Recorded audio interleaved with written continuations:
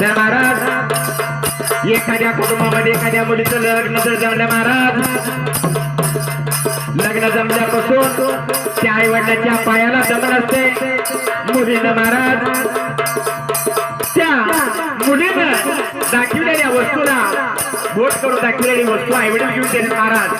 परंतु लग्न सोहळा पार पडल्यावर आईला महाराज उघड उघड रडता येते, परंतु ती आई कशी रडते महाराज.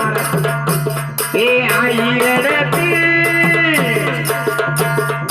आई रडते पदरा धरून, आई रडते पदरा धरून,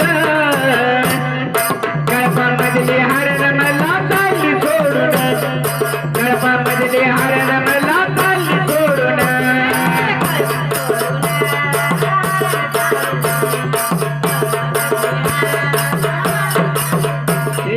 चिमणी माझी उडून गेली, चिमणी माझी उडून गेली,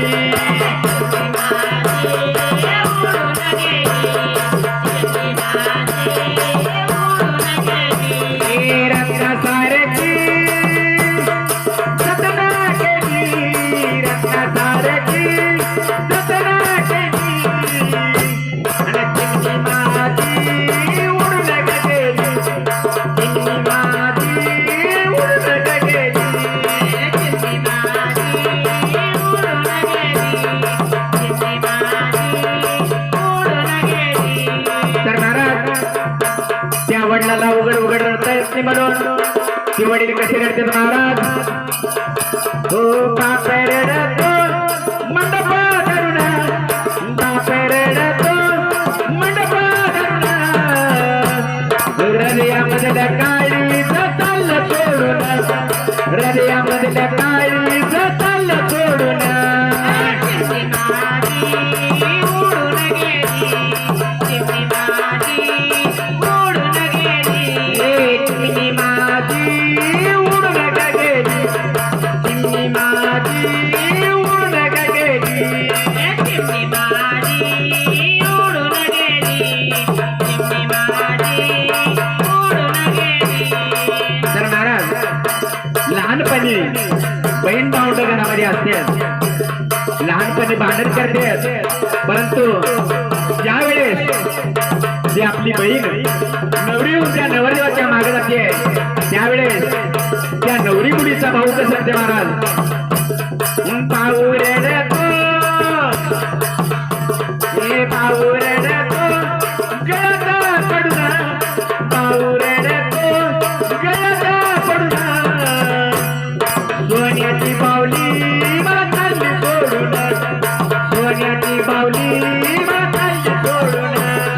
चिमणी माझी उडून गेली, चिमणी माझी उडून गेली, चिमणी माझी उडून गेली, चिमणी माझी उडून गेली, चिमणी माझी उडून गेली, चिमणी माझी उडून गेली. ज्याची होती,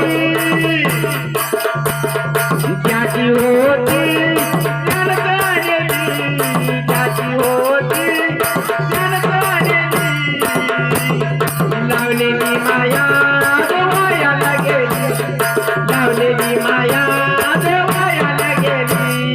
चिमणी माझी उडून गेली, चिमणी माझी उडून गेली, रत्नासारखी